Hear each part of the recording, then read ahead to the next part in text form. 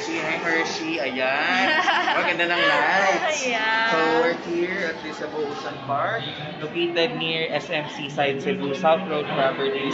So, diba, kompleto ang address na po yun. You know, ay, may stingray, seka.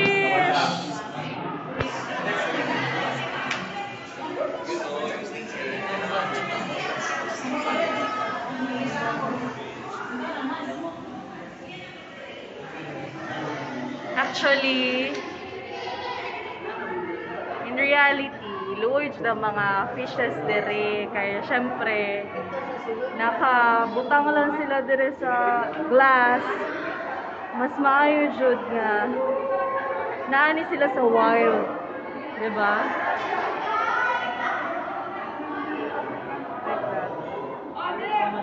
Look at that. Very big fish.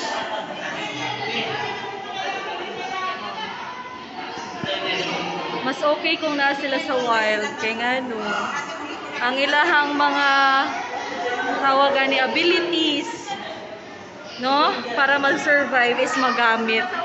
Dire kay murag wala lang. They are given everything. Pero ilang space too small. Wala siyang mao po na disadvantage. O diba? Pero siguro for educational purposes, entertainment purposes, ano man siya ng humans, diba? Mo lang to.